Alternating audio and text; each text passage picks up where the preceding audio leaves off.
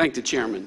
The 299-page Democratic majority report mentions the Intelligence Community Inspector General Michael Atkinson on pages 26, 33, 138, 140, and 143. Mr. Goldman, you were present for the October 4, 2019 transcribed interview of the Inspector General Michael Atkinson, correct? Yes.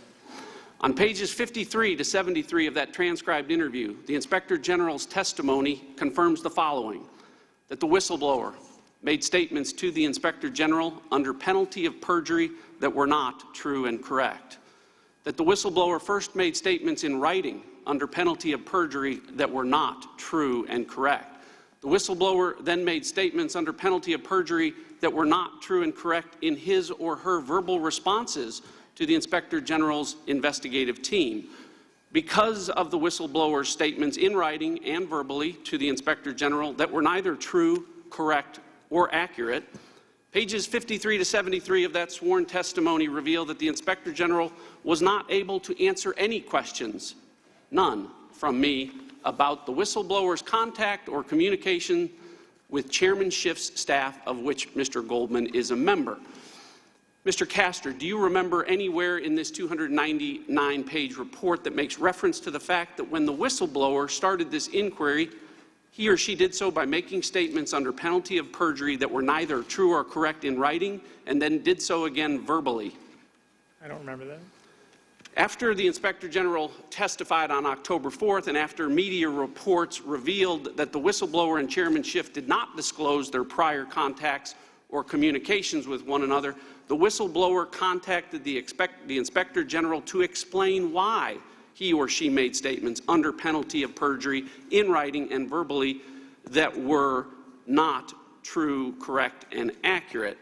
Mr. Castor, is that communication from the whistleblower to the Inspector General to explain prior inconsistent statements reflected anywhere in the 299-page report?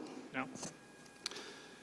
On October 2nd, Chairman Schiff's spokesman, Patrick Boland, acknowledged publicly that the outlines of the whistleblower's accusations against the President had been disclosed to the House intelligence staff and shared with Chairman Schiff. Mr. Castor, is that disclosure and Mr. Boland's admission of that disclosure anywhere in this report?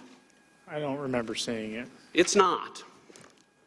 I think all members of Congress should be held accountable during this impeachment process. And to that end, if I have made any false statements about the whistleblower or the Inspector General's testimony today, then I should be held accountable. The way to do that would be to release the Inspector General's testimony, or even just pages 53 to 73.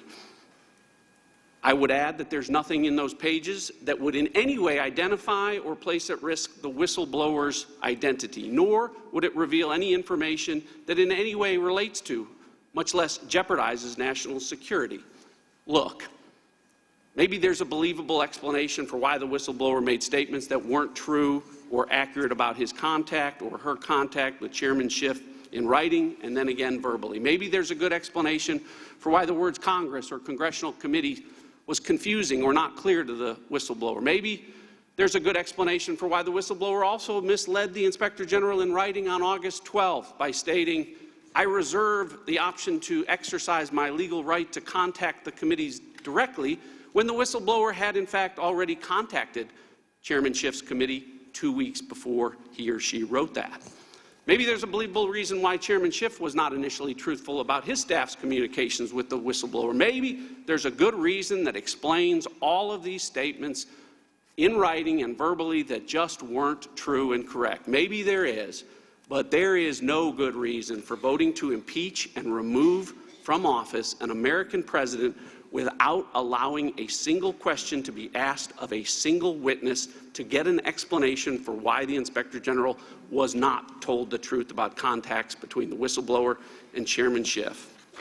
The bottom line is we should all be held accountable, and next November, every member of the House will be asked this question: did you vote to impeach the President without allowing any investigation into why the whistleblower that started it all did so by making statements in writing and verbally under penalty of perjury that were not true? Democrats may not care if that question ever gets answered, but the voters will. I yield back.